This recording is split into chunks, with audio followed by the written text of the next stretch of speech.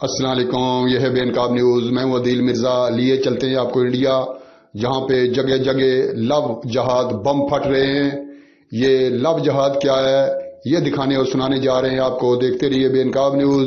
جن دوستوں نے ابھی تک ہمارے چینل سبسکرائب نہیں کیا وہ ابھی کر لیں، اور بیل آئیکن کا بٹن دبانا نہ بھولیے تاکہ آپ جڑے رہیں بے نقاب نیوز کے ساتھ۔ لو جہاد، لو جہاد کیا ہے؟ ہمارے پڑوسی ملک بھارت میں جگہ جگہ لو جہاد بم پھٹ رہے ہیں۔ اب ان کی گونج تمام ریاستوں سے ہوتی ہوئی لوک سبھا تک پہنچ چکی ہے، جہاں پر قانون سازی کی جا رہی ہے تاکہ اس کا راستہ روکا جا سکے۔ اس پر تفصیل سے بات کرنے سے قبل آپ کو یہ بتاتے چلیں کہ اس قانون سازی کو لے کر بھارتی مسلمان پریشان ہیں، اور انہوں نے یہ معاملہ اب عدالت میں پہنچا دیا ہے۔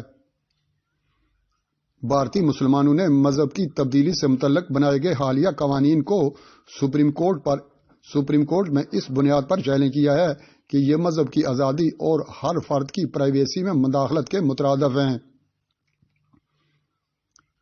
اس درخواست میں ملک کی 5 ریاستوں اتر پردیش، ہماچل پردیش، گجرات، اتراکھنڈ اور مدھیہ پردیش میں بنائے گئے ایسے قوانین کی نشاندہی کی گئی ہے۔ مذہب تبدیل کرنا انڈیا میں طویل عرصے سے حساس مسئلہ رہا ہے۔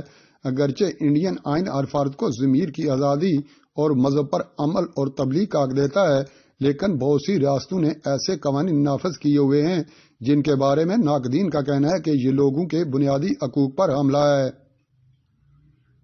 یہ معاملہ اب عدالت میں ہے۔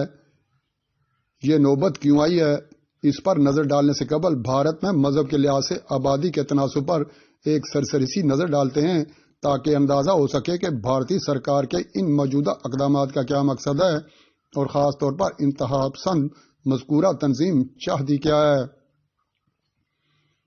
غیر سرکاری تحقیقی ادارے پیو ریسرچ سینٹر کی 11 سالہ قبل کی گئی تحقیق کے مطابق انڈیا میں ہر مذہب کے ماننے والوں کی آبادی کی شرح پیدائش میں کمی واقع ہوئی ہے۔ اس کے نتیجے میں 1951 کی مردم شماری سے لے کر اب تک انڈیا میں مختلف مذاہب کے ماننے والوں کی آبادی کے تناسب میں کوئی خاص فرق نہیں آیا۔ 1 ارب 20 کروڑ کی آبادی کے 2 بڑے گروہ ہندو اور مسلمان انڈیا کی آبادی کا 94% بنتے ہیں، جبکہ مسیحی، سکھ، بدھ مت کے ماننے والے اور جین مذہب کے پیروکار کل ملا کر انڈیا کی آبادی کا 6% بنتے ہیں۔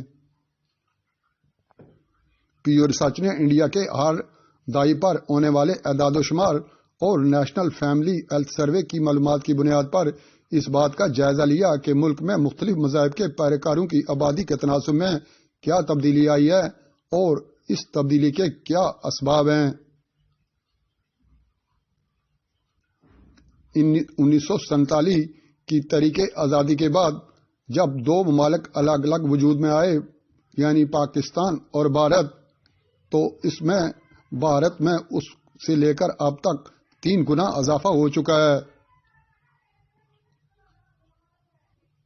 1951 کی مردم شماری کے وقت انڈیا کی آبادی 36 کروڑ تھی، جو 2011 کی مردم شماری کے مطابق 1 ارب 20 کروڑ سے زیادہ ہو چکی ہے۔ انڈیا میں پہلی مردم شماری 1951 میں ہوئی تھی اور آخری مردم شماری 2011 میں ہوئی۔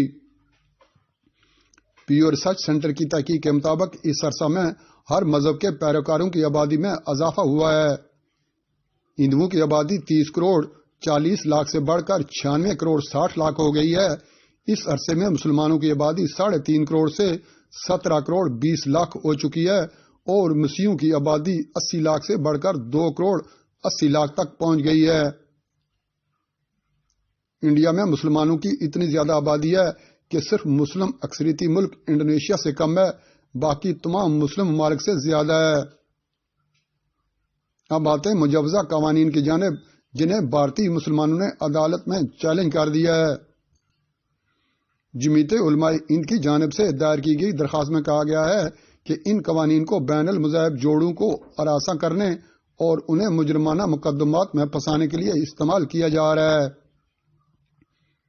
جن قوانین کو جمعیت نے چیلنج کیا ہے ان کا مقصد بظاہر مذہب کی آزادی کو آسان بنانا ہے، تاکہ غلط بیانی زبردستی کو روکا جا سکے، لیکن ان قوانین کو بنانے کا مقصد ریاست اور حکومت کا کچھ اور ہی ہے، جس پر بھارتی مسلمان گہری نظر رکھے ہوئے ہیں۔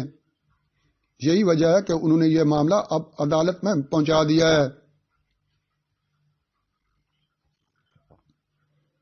انڈیا کی کم سے کم 10 ریاستوں میں تبدیلی مذہب مخالف قوانین پہلے سے موجود ہیں یا حال میں متعارف کرائے گئے ہیں۔ تبدیلی مذہب مخالف قوانین کو پہلی بار 1960 کی دہائی میں عدالتوں میں چیلنج کیا گیا تھا، جب ریاست اڑیسہ نے اس طرح کا ایک قانون متعارف کروایا تھا۔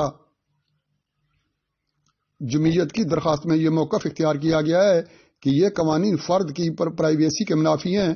یہ اس بات پر روشنی ڈالتے ہیں کہ ان قوانین کی وجہ سے زیادہ مشکلات کا سامنا مسلمانوں کو کرنا پڑ رہا ہے۔ روزنامہ ہندوستان ٹائمز نے جنوری 2021 میں رپورٹ کیا تھا کہ اتر پردیش میں تبدیلی مذہب سے متعلق قانون کے نافذ ہونے کے بعد سے 16 FIR درج ہوئی، جن میں کل 86 متاثرین میں سے 79 مسلمان تھے، جن پر عورتوں کو پھنسانے اور اسلام قبول کرنے پر مجبور کرنے کا الزام تھا۔ اب حالیہ قوانین میں جو ترامیم کی گئی ہیں، ان کا بنیادی مقصد جو سامنے نظر آتا ہے وہ یہی ہے کہ جو بھارت میں تیزی سے اسلام پھیل رہا ہے، خصوصی طور پر جو نوجوان لڑکیاں تیزی سے دائرہ اسلام میں داخل ہو رہی ہیں، ان کا راستہ کسی نہ کسی طریقے سے روکا جا سکے۔